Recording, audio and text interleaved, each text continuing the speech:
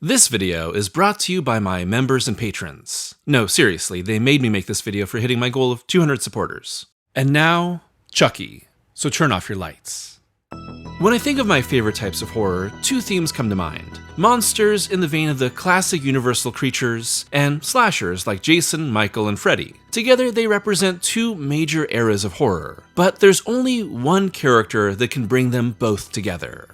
Hi, I'm Chucky. Wanna play?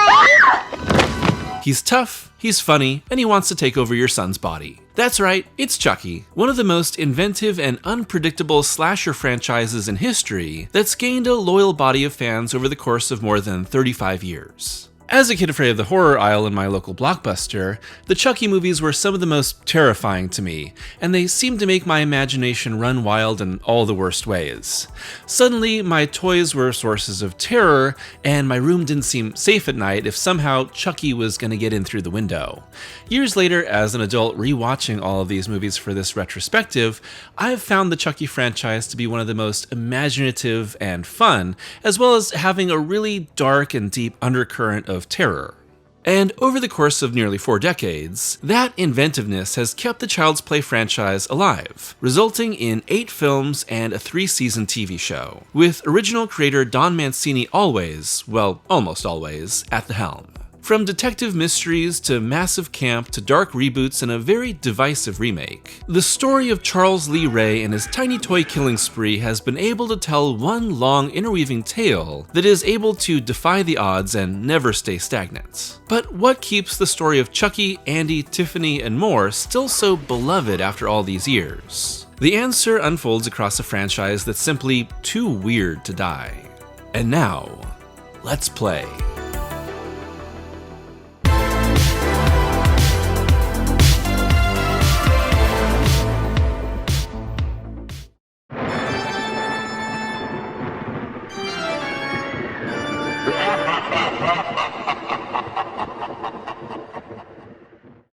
Jason, Michael, Freddy, and other slasher icons that have more than one movie in their series are often the byproduct of having multiple creators bring them to life with a lot of different visions. But what really sets apart Chucky in all of these movies is the close involvement of its creator, Don Mancini, through 3 distinct eras, and continuing to shepherd the Chucky franchise into a lot of different unique visions. But the original Chucky movie was not without its frustrations for the writer and future director. Mancini's original script, at first titled Batteries Not Included and then Blood Buddy, was written while he was still at UCLA and was heavily influenced by 80s consumerism, The Twilight Zone, Trilogy of Terror, and the explosion in popularity of dolls like Cabbage Patch and My Buddy, which were marketed as giving kids a baby-like companion as a substitute for real friends. Mancini's personal life was also a huge factor, with his father's career in advertising giving him a sneak peek into how marketing influenced rabid fans. Also, being gay had created a huge strain between him and his dad, leading to him creating a story about a young boy and a single mother. And while all the major elements were there in the early drafts, the drive behind the killer doll at the center was entirely different. Mancini's draft focused on a doll filled with fake blood, playing off the toy fads of the time in a more macabre manner. And when Andy mixes his blood with the toy, it comes to life and kills, becoming an expression of Andy's suppressed rage. I wanted to write a dark satire about how marketing affected children, said Mancini. Cabbage Patch was really popular. I put the 2 impulses together. The script soon drew the attention of executive producer David Kirshner, and together, he and Mancini sold it to United Artists, who soon brought on John Lafia for a rewrite, and director Tom Holland, writer of Psycho 2 and director of Fright Night, 2 bangers, who added his own changes to the script, together changing the story to the voodoo-propelled serial killer possession it is today. Everyone has a birthday they'll always remember. Can we open my presents now, Mommy? A good guy! I knew it! Hi, I'm Chucky. He's something, isn't he? This is Andy's. The story follows 6-year-old Andy Barclay, played by Alex Vincent, whose widowed mom Karen, Catherine Hicks, brings him home a good guy doll, only for it to be possessed by the soul of serial killer Charles Lee Ray, who escaped death by transferring his spirit while in a toy store shootout. But a series of deaths and Andy's strange claims cause Karen to investigate what might actually be going on with Chucky. teaming up with the detective that killed Ray and fighting to save the life of both herself and her son. And it's the transgressive collision between the benign exterior and internal slasher truth of Chucky that made Child's Play into a sensation during the waning days of the second slasher boom. Really, Child's Play also feels like a detective story and a parental drama, bringing together homicide investigations and the fears of your child being unwell with a supernatural twist for something that really feels like its own thing. There are two innate fears at the center of Child's Play. There's the fear that someone you trust could be manipulating and abusing your child, and the fear that comes from when your child's imagination becomes a little too specific. Of course, with its opening serial killer chase Voodoo Escape, we know the truth of Chucky by the time we get to Andy and Karen. Chucky's true nature was a secret until the third act in the original script, but Holland's direction and Mancini's script still withhold the truth from its characters for way longer than you'd expect. Really, Child's Play is more slasher adjacent. It's much more paranoid and unconventional than that. The film also has a sheen of grimy cop procedural that differentiates it even further, and that's because so much of the film takes place on the streets of a really tough 80s in Chicago!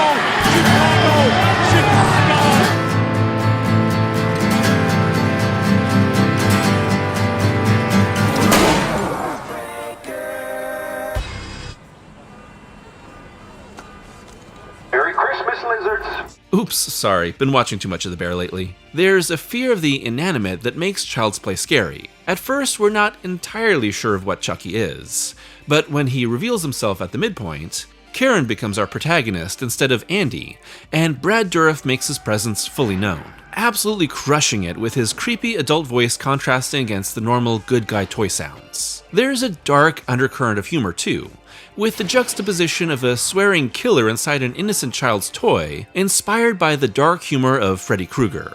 And it's Dourif that really makes it work. I said talk to me, damn it, or else I'm gonna throw you in the fire! You stupid bitch, you filthy slut! Did you fuck with me? Child's Play could have turned out very differently, as Jessica Walters, who you probably know best from Arrested Development years later, originally voiced the doll when Dourif was unavailable for voiceover. But poor test screenings led to Kirshner and Mancini cutting 25 minutes out of the movie, which caused Holland to leave post-production out of protest. And the remaining duo replaced Walters with Dourif when he became available. Andy, no, please. We're friends to the end, remember? This is the end, friend.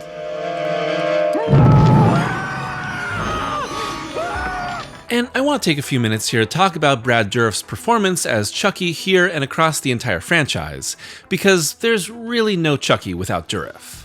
It's really crazy to think that this first film was shot without Dourif as the voice, because how can you not have the actor who plays his human form not be his voice? And as Chucky, Dourif has a lot of different shades to him. Slyness and fake innocence around Andy, dark intimidation for anyone that knows who he is, and pure rage when trying to kill Karen or any other target, with a nice dose of Jack Nicholson raging out in The Shining as inspiration. He's also really funny in the role. Don't fuck with the Chuck!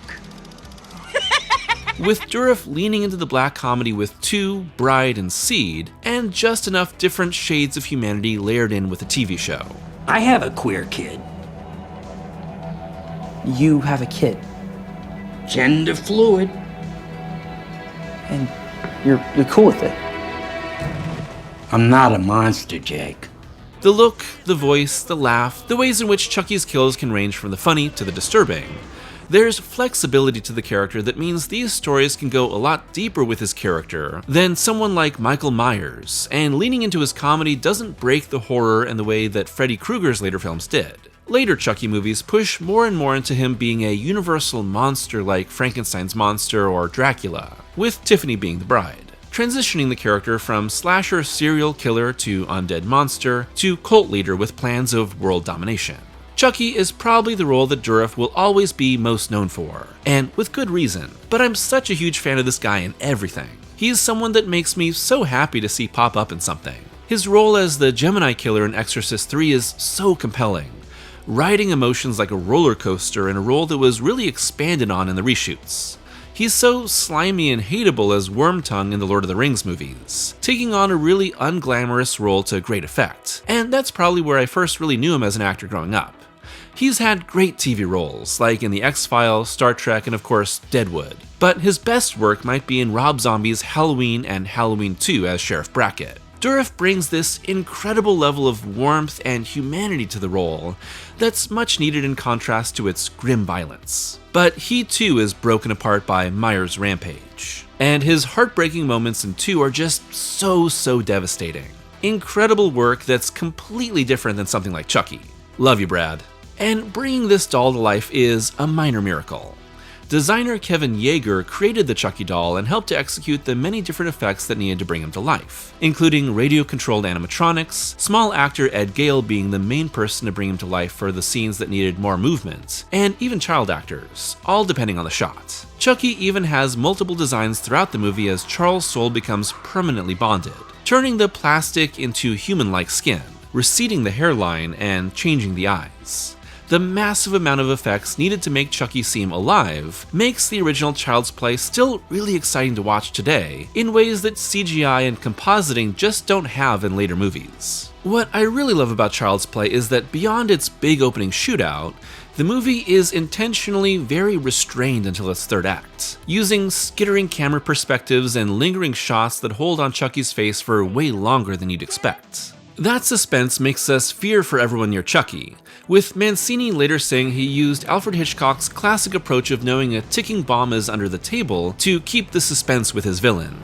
And when he finally comes to life on camera, it's scary, fun, and wild. Combine that with great performances by Alex Vincent, Brad Dourif, Catherine Hicks, and Chris Sarandon, and you get a classic. As a side note, what I've found in rewatching these movies is that I'm really put off by having kids in peril or killed off in these films, more so than ever, really.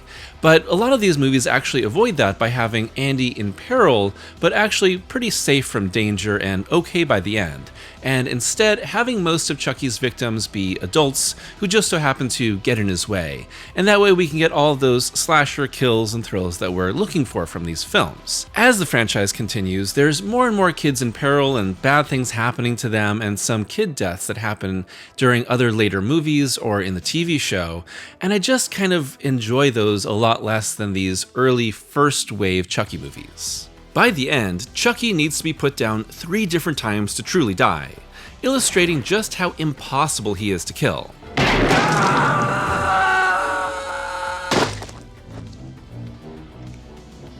And even then, the film leaves us with the lingering effects on Andy. Sequels would play off both of these elements. Child's Play premiered on November 9th, 1988, and with a budget of $13 million, went on to make $44.2 million at the worldwide box office despite some minor controversy and protests. In a time when few horror movies were turning into franchises, United Artists jumped at the opportunity for more.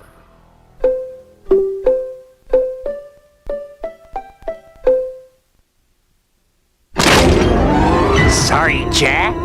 Chucky's back. Child's Play 2. 1990's Child's Play 2 brings back Andy for another battle with Chucky, as well as Mancini, with this time having sole writing credit for the film. In the time between sequels, United Artists was bought by Quintex Group, who really wanted nothing to do with Child's Play and instead wanted to be the next Disney, and of course, that worked out great. So they sold the rights back to Kirshner and Mancini for cheap, who then joined with Universal Pictures. With their oversight, Mancini was allowed to bring his vision to life alongside director John Lafia, who did rewrites on the original. Even then, Mancini chose to roll with the changes Lafia and Holland made to his original ideas instead of trying to revert them. To this day, I prefer my concept of the doll being a product of the little kid's subconscious, said Mancini, but the concept used ended up being gangbusters. Tom was a seasoned writer who made improvements. And you know, I really think that's a testament to Mancini's adaptability and the reason this franchise keeps evolving. One restraint: the budget meant that Hicks and Sarandon's roles were cut from the movie, eliminating an opening courtroom scene that shows Karen Barclay sentenced to a mental institution for her claims about Chucky. Instead, we open with Andy already in foster care and his mom put away. A dark return for a movie that originally gave some peace and happiness to the mother and son in its finale. And this sort of starts a trend for the franchise, taking the lives of its protagonists in grimmer and grimmer directions with most entries, as Chucky simply refuses to die. Under Lafia's direction, 2 is bigger, more operatic, and more cynical, with lots of strange, low-angle, sometimes fisheye shots.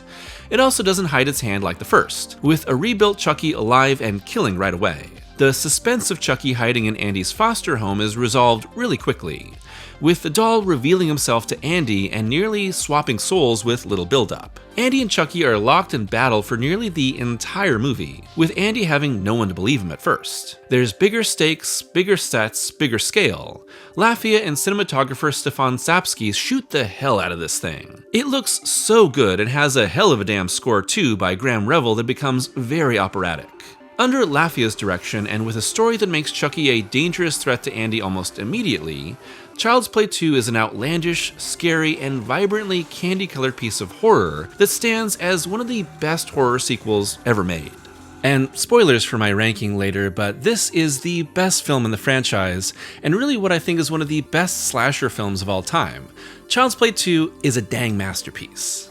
Kyle, played by Christina Leese, is a fantastic addition to the series, and the found family bond that builds between her and Andy is the heart of the story, turning her from potential victim to co-lead. Every kill is perfectly edited and timed, and the extended climax at the Good Guy Factory is filled with suspense, fake-outs, fights, chases, near-death, danger, a dude getting doll's eyes shoved into his real eyes, a triple Chucky death, and is the best final act in the series.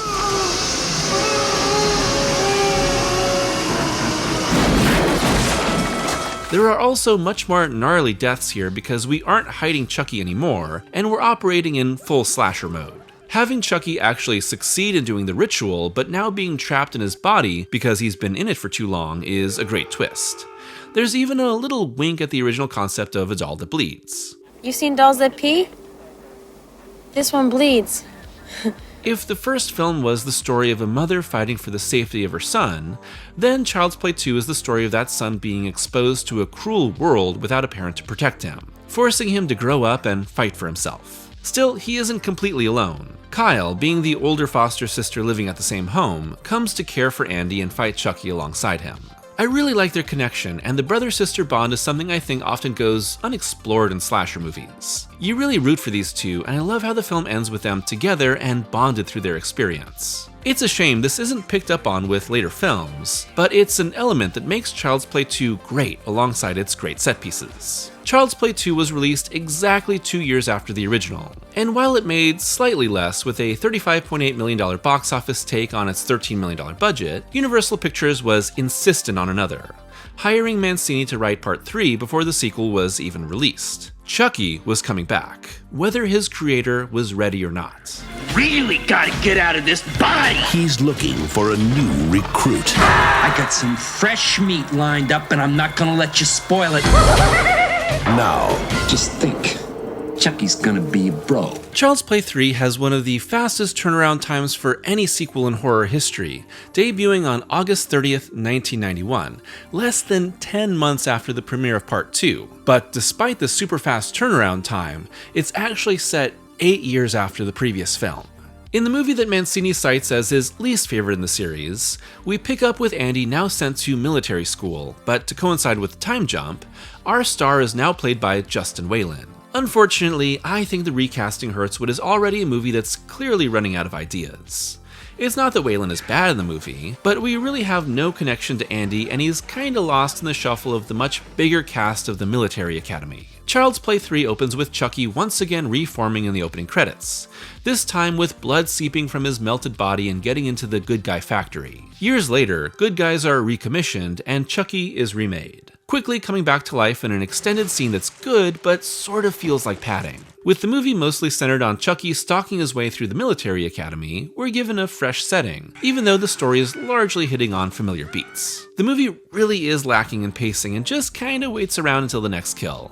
It's also a byproduct of the plot being mostly a copy of the original, with Charles Lee Ray trying to get his soul into another body, this time young Ronald, and Andy just kinda hanging around for most of it. But there are still some moments that hit, like Chucky turning the War Games scenario into a real-life firefight, and the cadet who throws himself on a live grenade and dies. Of course, the effects are still solid, and we get our must-have Chucky destruction.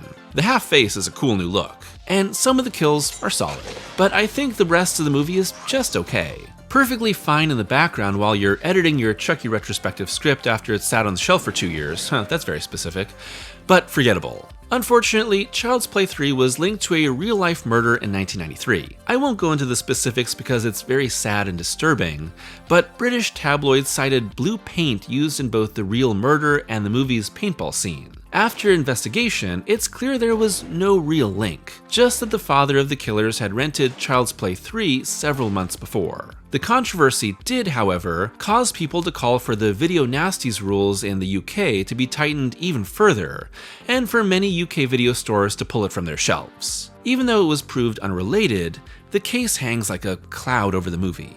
While the first two franchise entries had bucked the trend of slasher fatigue happening at the turn of the decade, burnout finally caught up with Chucky in his third entry, with Child's Play 3 making $20.5 million on a $13 million budget. And while that's still stronger than some contemporary horror, the combination of dropping profits, Mancini's disappointments, and the controversy of the connected murder stopped the franchise in its tracks. Even though Child's Play 3 had been a letdown, Chucky had become a horror icon and started to show up outside of movies, including being a part of Universal Studios' Halloween Horror Nights in 1992, with Chucky live shows and mazes a regular part of both the Florida and Hollywood locations in the 30 years since. But it would be another 7 years until Charles Lee Ray returned on film, and the drastic changes in horror would be reflected in his comeback. Chucky's back. But this time, there's more to fear. Because this time, he's got a playmate of his own. Mancini and Kirshner spent the better part of the 90s trying to figure out how to bring their franchise back to life. But it was the release of Scream in 1996 that resulted in Bride of Chucky in 1998. With self-referential comedy now part of the equation, Mancini drew inspiration from both Bride of Frankenstein and Natural Born Killers, stating, "We wanted to elevate the series and reinvent it, go beyond what we'd done before. And what we've ended up with is, incredibly, part horror, part comedy, part romance, and part road movie. It's a really cool blend of the genuinely creepy and the really funny." Directed by Ronnie Yu and set years after Part 3, Bride of Chucky sees Jennifer Tilly as Tiffany, Charles' girlfriend from when he was still alive, retrieve the destroyed Chucky doll from police evidence and bring him back to life, only for him to turn her into a doll too. Now the two murderous lovers go on a road trip alongside a teenage couple on the run, colliding them in a horror comedy about romance and betrayal. From the start, with its stormy gothic opening that shows the iconic masks and weapons of other slashers and police evidence, it's very clear that Bride of Chucky is immediately placing itself in the post-Scream slasher boom of meta-comedy. And from its deep blue shadows to the use of way too much Rob Zombie music, Bride makes it very clear that this is the late 90s, and there's no escape. With Chucky and Tiffany co-leads, and maybe even just leads here, Bride is much more focused on making its killers stars you root for in the vein of Freddy or Jason, instead of villains you want to see stopped. Chucky and Tiffany also have doll sex, which is both uncomfortable and silly. Mancini and you are really leaning into camp here, and I think how well that works for you just kinda depends on your preferred style of horror.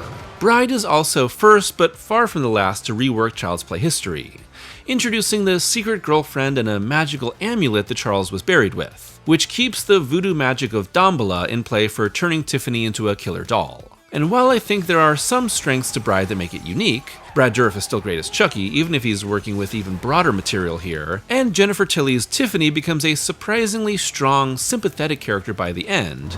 My mother always told me love would set me free. Its weird structure, really uninteresting human leads, Jade and Jesse are never brought up again despite the Chucky show bringing back nearly everything else, and Ronnie Yu's direction pulled it back. It also ends with the series' first real cliffhanger, with Tiffany giving birth. With a $25 million budget, Bride of Chucky stands as the most expensive film in the series, but went on to make $50.7 million, the biggest box office of any of them. It was the time when horror came roaring back, and Mancini took his newfound success in the strangest direction yet.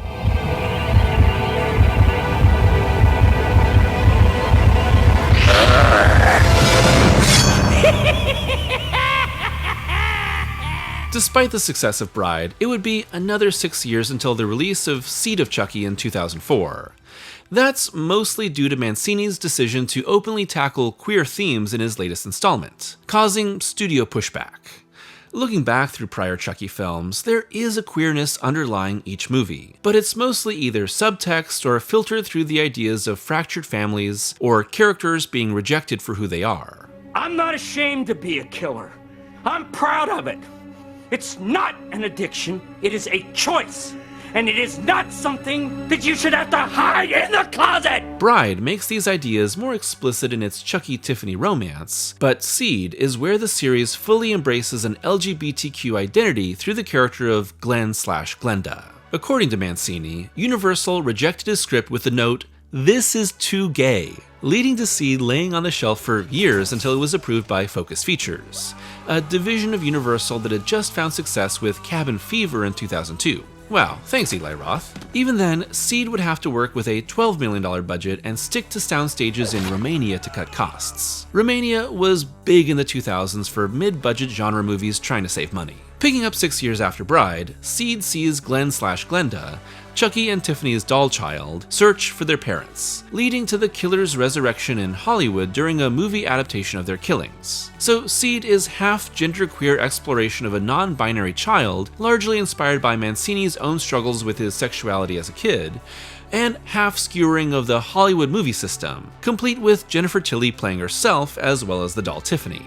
Seed is a very mixed bag, leaning heavily into camp and absurdism as the next step in the dark comedy established by Bride. I mean, the thing opens with Chucky Come, but is also very progressive for its time by addressing being non-binary, just in a very exaggerated and silly manner. Glenn/Glenda, a tribute to the Ed Wood film, is torn between their parents, who want them to either be a boy or a girl, and conform to their desires for the child. But the Hollywood satire is kinda flat, although Jennifer Tilly is absolutely carrying this movie with her dual roles. Seriously, Jennifer Tilly is consistently the best thing about Chucky alongside Dourif. Having Glenn/Glenda end up being two personalities, one sane, the other murderous, isn't a great look for representation, and with Glenn and Glenda split into human twins, it dates itself with its incorrect depiction of being non-binary.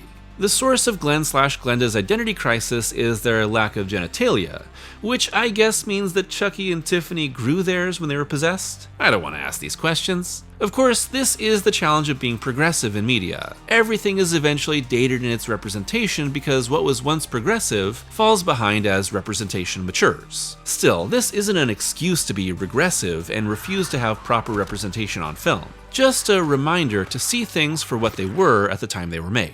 Other than that, I think the movie's a mess and doesn't have much more going for it than being crude. Like, it wasn't long ago when Child's Play was about the fears of a mother and son manifesting in their home. Now I gotta watch Chucky beat his fucking schmeat. Jesus. Seed would go on to make $24.8 million worldwide. A strong showing for a stop-and-start horror franchise, but less than half its predecessor. The disappointment put the brakes on Chucky's movies once again, and in 2008, Mancini announced that a remake was in the works to bring his signature doll back to life. However, because the original film was made at MGM, a true remake was what Mancini called a legal nightmare. But as time went on, the future of Chucky would undergo another major overhaul. It's a doll. What's the worst that can happen, huh? 2013's Curse of Chucky brought Mancini back as both writer and director for the first direct-to-video installment under Universal Studios Home Entertainment, limiting the series in its mainstream recognition, but giving it the chance for a new direction. The result is the darkest entry in the franchise. In this new era of Chucky, paraplegic Nika Pierce, played by Fiona Dourif, daughter of Chucky himself, is haunted by a new Chucky picking off her family members one by one. But why? And is this connected to the films that came before, or a brand new world? Like Seed, Curse is almost entirely set in one location, but the aesthetic, cinematography, tone, and scares are on a totally different level, focused on a modern gothic approach with a sparse score and muted color palette. Mancini is so much stronger as a director here, but he's also purposefully writing a very different movie. Curse really shows the flexibility of both the series and Mancini's abilities, and it really highlights how the Chucky franchise can be separated into three distinct eras. 1. The original era, with classic scares as Chucky is a fairly straightforward killer doll wanting a new body and Andy at the center. 2. The Bride Era, with a very campy and meta tone having Chucky and Tiffany as the true stars and essentially are Bonnie and Clyde. And 3. The Curse Era, with Nika at the center and the films adopting a much more serious, darker tone that reformats the movie canon. In some ways, Curse returns to the simple suspense of the original, making us sit with the Chucky doll in places where he could attack and forcing us to wait for something to happen. But there's also a more serious, almost dour tone to so much of the film here. That is, until Chucky attacks, leading to some of the darkest violence in the series, with attacks that are as wildly grotesque as the Bride Era, but not played for laughs. The true intrigue of Curse is that it waits as long as it possibly can before it reveals its place in Chucky canon. With Chucky's bride scars revealed under the makeup, we realize that despite its complete tonal reset, this is the latest entry into Chucky's long-running story, and Chucky has targeted Nika because of his obsession with her mother when he was alive. Ultimately, it was Charles that paralyzed Nika in the womb, and Nika's mother that led the chase that ended in Charles' death. It also ends on a much darker note, with Nika found criminally insane and charged for the murders of her family, while Chucky transfers his soul into her young niece, finally fulfilling the disturbing threat he's made since the original. Beyond that haunting final note, Curse brings back Alex Vincent as the now adult Andy Barclay in a post-credits scene that cribs from the MCU to start rebuilding Chucky's larger universe. Curse has intentions of bringing together all three of its eras for something new, and while it's probably a little too much when jammed into the last 20 minutes of the movie, the franchise had once again reinvented itself. Thankfully, that wasn't in a Hellraiser at Dimension Films kind of way of just creating a conveyor belt of crap with the franchise name stamped on it. And with the film making $3.8 million in rentals in the first month against its $5 million budget, there would be more to come. Come to mommy.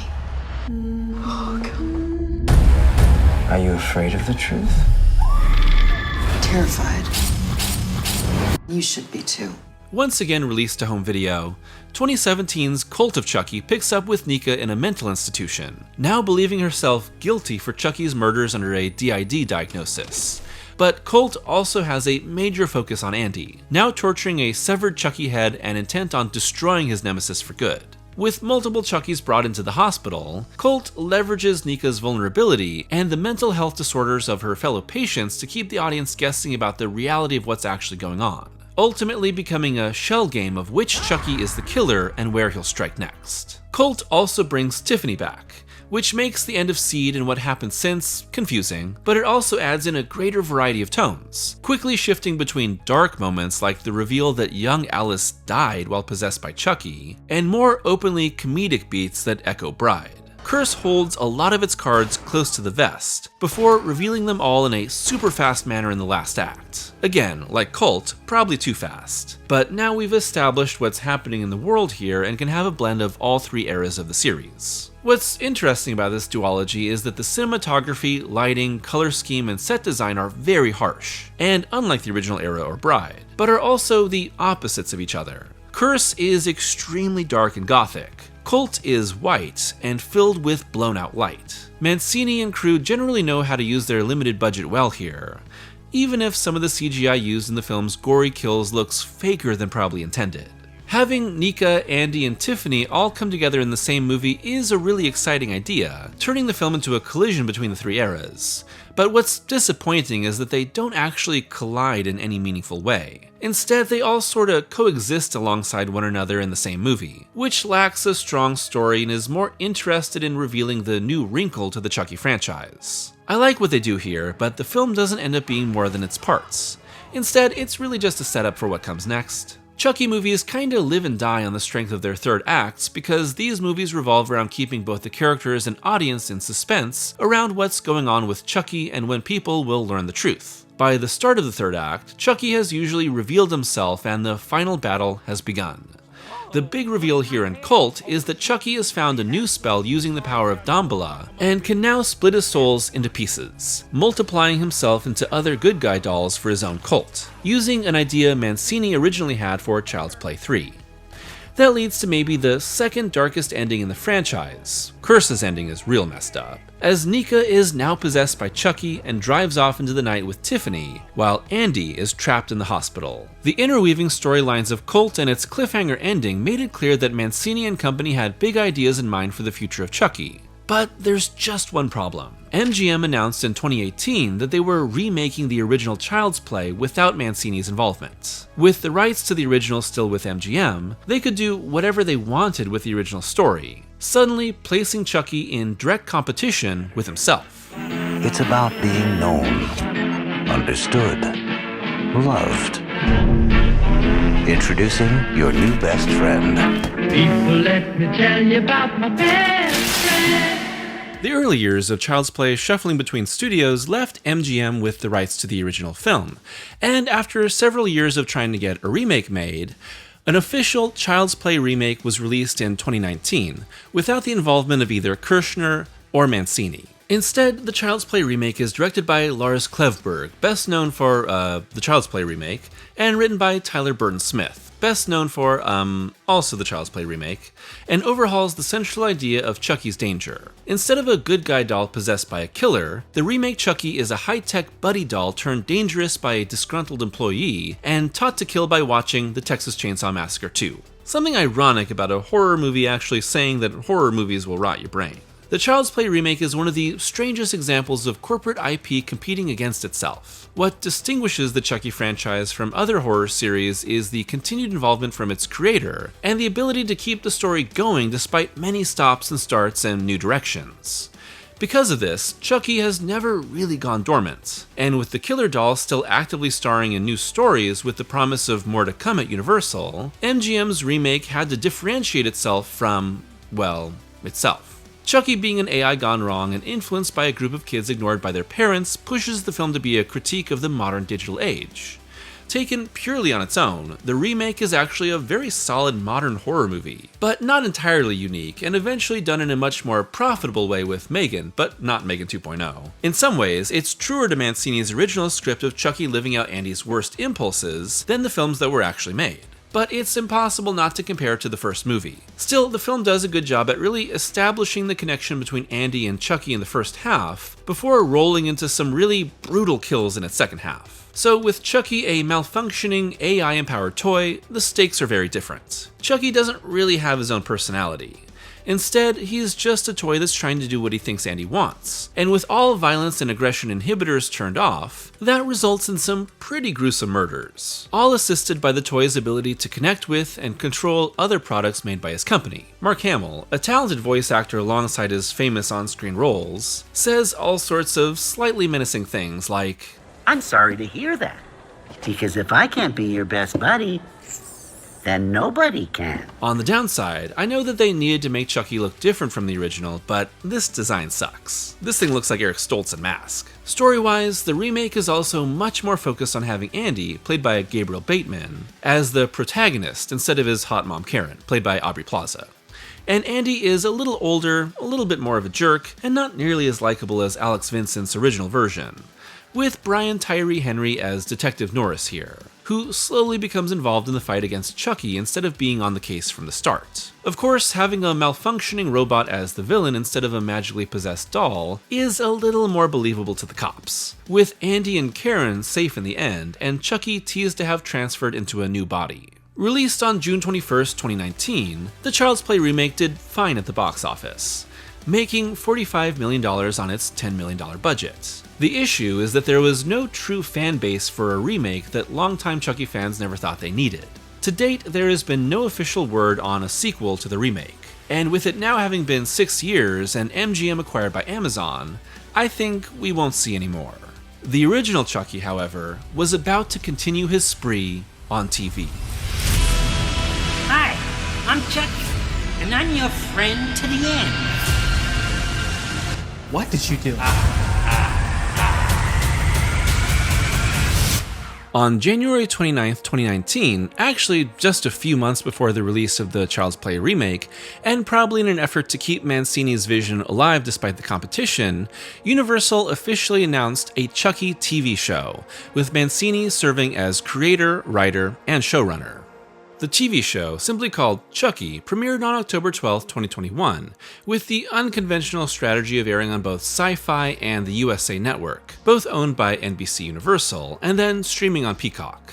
And while it's a direct continuation of Cult of Chucky, it takes a little while to pick up all those pieces. Here we follow 14-year-old Jake Wheeler, played by Zachary Arthur, who picks up a good guy doll from a garage sale that is, of course, Chucky. From there, Jake struggles with acceptance from his father, played by Devon Sawa, and the community at large as a gay teenager, slowly becoming closer with his crush Devon, Björgvin Arnerson, and the school bully Lexi, Alvia Allen Lind. At first, Chucky tries to corrupt Jake, exploiting his fraught relationships to convince him to kill until Jake rejects him. But why is our murderous doll trying to get someone else to do his dirty work for him?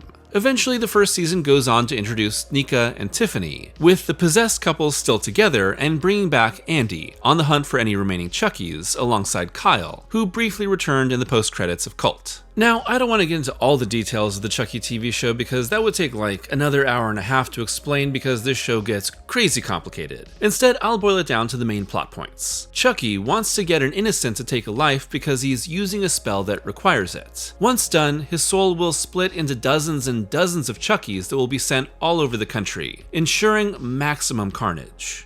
He eventually gets that to happen with Jake's cousin, Junior, but the larger plot is foiled by Andy. In Season 2, the main characters are sent to a reform school, with many different Chuckies infiltrating and Nika, who is a real punching bag throughout this show, trying to get Chucky's spirit expelled from her.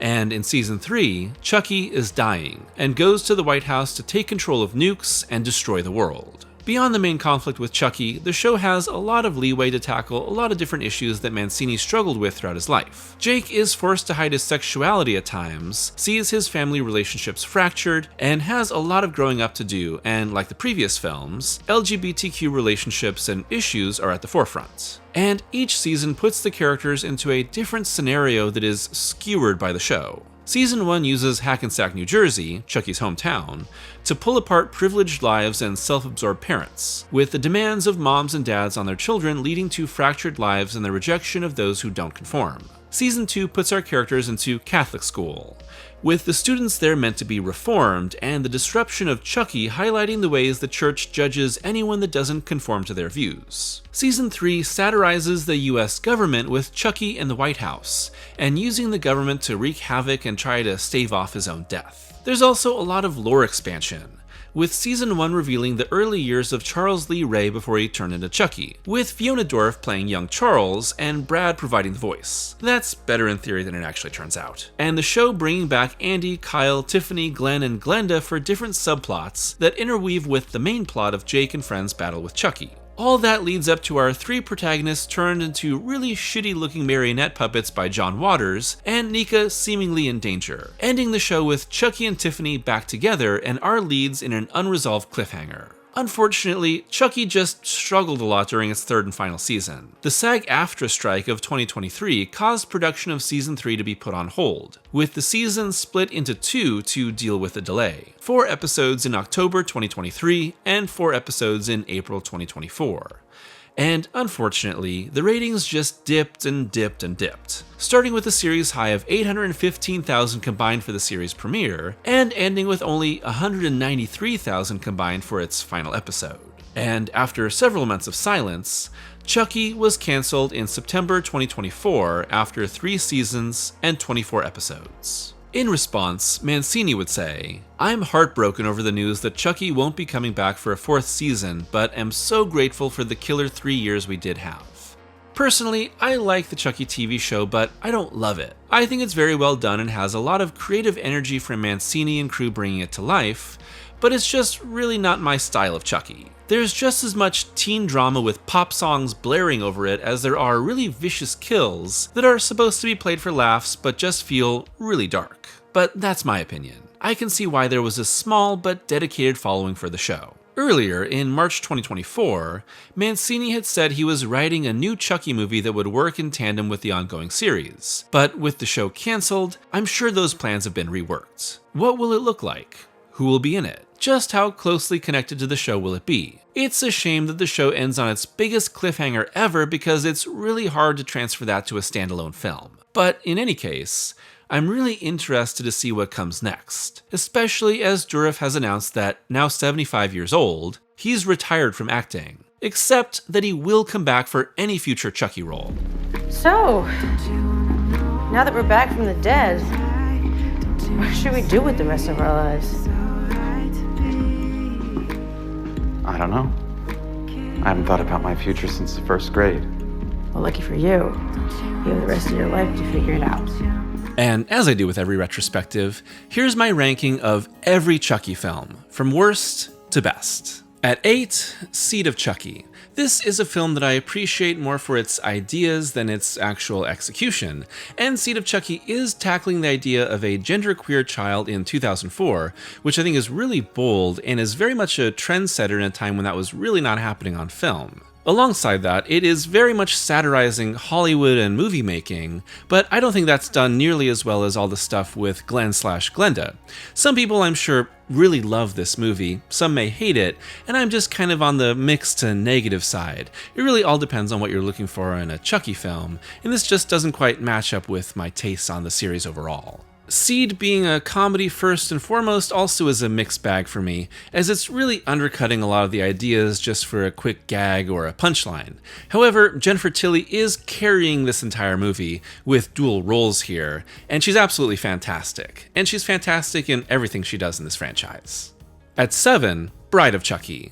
The reset of the franchise, with a lot more obvious humor and winks to the horror genre overall, is really trying to give a fresh take on Child's Play in the era of Scream and a lot of meta slashers. And of course it's very comedic, and I think it actually gets a lot stronger as the film goes along, but there's a lot here that just doesn't really click for me. Our two teenage leads in love are just not very interesting, and aren't nearly as good as Andy as the protagonist, and it really makes sense why they were never really brought back for anything else in this franchise because there was nothing left to do with them. There's even a little bit of commentary on relationships here by contrasting our teenage leads in love and running away to get married with the married and disillusioned couple of Tiffany and Chucky, but I just don't think it's all that interesting. I know this was really necessary after Child's Play 3 ran out of gas for the franchise, but I don't think Ronnie Yu's direction here works very well. At 6, Cult of Chucky. For as many elements of this movie that I like, I just don't think it works all that well as a sum of its parts,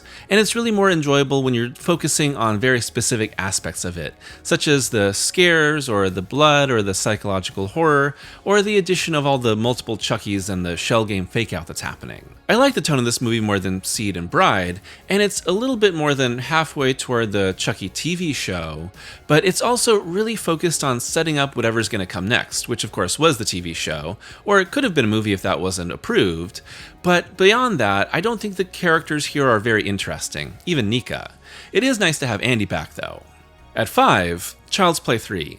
This is a real put-it-on-the-background horror movie, which is fine, but it's kind of a disappointment after 1 and 2.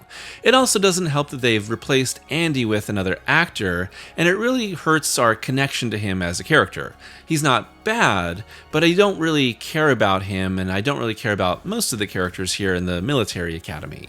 However, the movie does level up in its third act with the whole war games scenario and the carnival, and I think there's some really cool set pieces there and a lot of great Chucky effects overall, but it is a come down from 1 and 2, which are way higher on this list. At 4, the Child's Play remake. I know that remaking Child's Play is tantamount to sacrilege, but I think it's a pretty solid movie. Go ahead and cancel me and tell me off in the comments and unsubscribe all you want, but this is a very solid horror film for its time, and is a lot better than other horror remakes happening at the time. This was right around the time of that completely forgettable Poltergeist remake, and geez, that one is just so bad. Take off the Child's Play name from this movie, and I don't think nearly as many people would be upset because it's very solid on its own. Mark Hamill as this new version of Chucky is solid, even though this character is not nearly as good as the Charles Lee Ray version, and I like most of the characters. Overall, their story is actually kind of sad, and the movie is kind of just sad and a little bit darker than you might expect, because it's all about wanting human connection through a robot replacement, and how that can go really wrong really easily. Add in some good kills, and this is a totally fine addition to the franchise that just sticks out like a sore thumb. At 3, Curse of Chucky. A really strong refresh for the franchise, and something that is hiding its sequel intentions for a large part of the film. This really does give new life for Chucky in the modern age, and has a lot of great direction by Mancini, as well as a lot of dark gothic scares, and overall is the darkest and bleakest movie in the entire franchise. And that makes it a big shift from the Bride and Seed movies, which are just so silly. It's almost too dark for the franchise, and can seem like tonal whiplash if you're coming off of Bride and Seed in a total franchise rewatch. But I really like Fiona Dourif here. She's a great addition to the franchise as Nika, and I really applaud Mancini's writing and direction here for being really restrained for how much they show Chucky and how long they wait until they fully reveal what's actually going on with the doll. At 2, the original Child's Play. This is one of the best slashers overall, and it's a really strong entry in that late slasher boom revival that was happening at the end of the 80s, and that's because you really do care about these characters. It's a movie that's pretty insane in its premise, but works really hard to make you buy in because you really do care about Andy and Karen, and they're pitted against a fantastic villain, easily one of the best slasher villains of all time. The restrained first half contrasts really well against the insane and crazy second half, and sometimes I almost prefer the first half of the original Child's Play to the second half because it's so effective in its tension and scares. Plus, there are just so many different practical effects being used to bring Chucky to life, which is just a real treat to watch as a fan. I really love this movie. And at number 1, Child's Play 2. The ideal slasher sequel. Child's Play 2 is bigger, faster, and crazier than the first, but it has so much more connection to Andy and all these characters, and it's much more focused than the first as well, while still blowing up the scope of the whole thing. It's incredibly well shot by Steven Zapsky, and I love all these low-angle fisheye shots that really put you in Andy's shoes as a child, and makes this whole world, even without Chucky, a lot scarier, being thrown into foster care, into different schools, with strangers, and not having any of the adults believe you, and you really get to go along with him on this entire ride. And that ride gets really crazy by the end, going bigger and bigger and wilder, and at the end with our extended good guys factory chase and fight, you are really all in on the stakes. And Brad Dourif is just so incredible here. I love the way that they evolved Chucky by having him become more and more human and more desperate, and having him lose his right hand and then replace it with a knife is just such an incredible touch for this new, more vicious and more desperate Chucky as things become worse and worse for everyone involved. And I love the addition of Kyle. Kyle is just so fantastic, and I'm really glad they brought her back in the show, and that the show sort of gives Andy and Kyle a positive, happy ending to send them off with season 2. Who knows if they would have brought them back for season 4 if they did have a season 4, or what future movies hold, but I am glad they sort of get to ride off into the sunset because I love the brother-sister bond that they have here in Child's Play 2, and how that grows over time, and you find this sort of love and found family between these two foster kids, and that really makes the climax even more satisfying. There's insane effects and deaths and big stakes and big scale, and I love how the end has another triple Chucky death, and it sort of becomes this staple of the franchise that you just have to kill him over and over because he really doesn't abide by normal human rules for a body. And it's really satisfying the way that they finished Chucky off here, and I just love it so much. Spoilers, but I am planning on doing a list of the greatest slasher movies in general, hopefully by this Halloween. Let me know if you're interested in that, because it's a work in progress with the list. But a little bit of spoilers, but Child's Play 2 is going to be super high on that list. I love it so much. It is the crowning achievement of this entire franchise to me. I can never get sick of it, and I hope that you check it out too, whether you rewatch it or watch it for the first time because of this video. The Chucky franchise is a true rarity in horror. a series that has retained a freshness and unpredictability that's almost impossible in slashers, where audiences come to be given exactly what they've paid for. Mancini's franchise has become the rare horror franchise to transition into and succeed in modern horror without a reboot or major behind-the-scenes overhauls. And I think it speaks to both the scariness and allure of its central premise. Because Mancini has continued to build up his mythology and larger world of characters, fans can grow attachment to both its heroes and killers and be rewarded for their franchise loyalty. At the time I'm making this video, there has been no official announcement of what's coming next after the series, so I have no idea where our killer doll will go next, and how long this story will continue. But it's clear that after more than 35 years of wreaking mayhem, you don't fuck with the Chuck.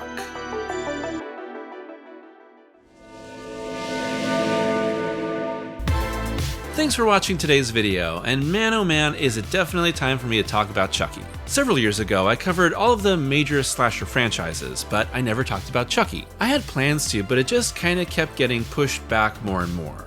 And a couple years ago I actually mostly wrote this script, but again I just decided to delay it over and over and over. However, I was recently getting to another milestone with my total members and patrons, so I wanted a goal for hitting 200 total supporters. And after some votes, Chucky was the clear winner. And so it was finally time to make this video. I did rework it, and it was interesting to go back to my script from a few years ago and update it to make it feel more like what I'm doing right now. Mostly some small tweaks here and there, but it's always an interesting process to see that. And it was fun to rewatch a lot of these movies again to stay fresh for this video. And after going back to Chucky after many rewatches, I still have a lot of love for this franchise. Not all the movies are great, and some have some very glaring flaws, but it's such an interesting and constantly reinventing series. And it's really all because of Don Mancini at the center, and of course the incredible Brad Dourif and the wonderful Jennifer Tilly. Child's Play 2 is by far my favorite by a really wide margin, and it's really one of the best slashers ever made. But there's still a lot of fun to be had in this franchise as a whole. And I think the Chucky TV show was a really interesting experiment, and pretty good for what it was. I'd love to hear your thoughts on the Chucky franchise as a whole, your favorite Chucky movies, and where you'd like to see the franchise go next, because really I have no idea what's going to happen. As always, a huge thank you to my patrons and members for their continued support, and if you'd like to be a member or patron, it's only $2 a month for early access to every video, and monthly exclusive reviews, with this July's exclusive review being a look at Who Framed Roger Rabbit. So until next time, I hope that you're taking care of yourselves, and having a wonderful Son of Summerween.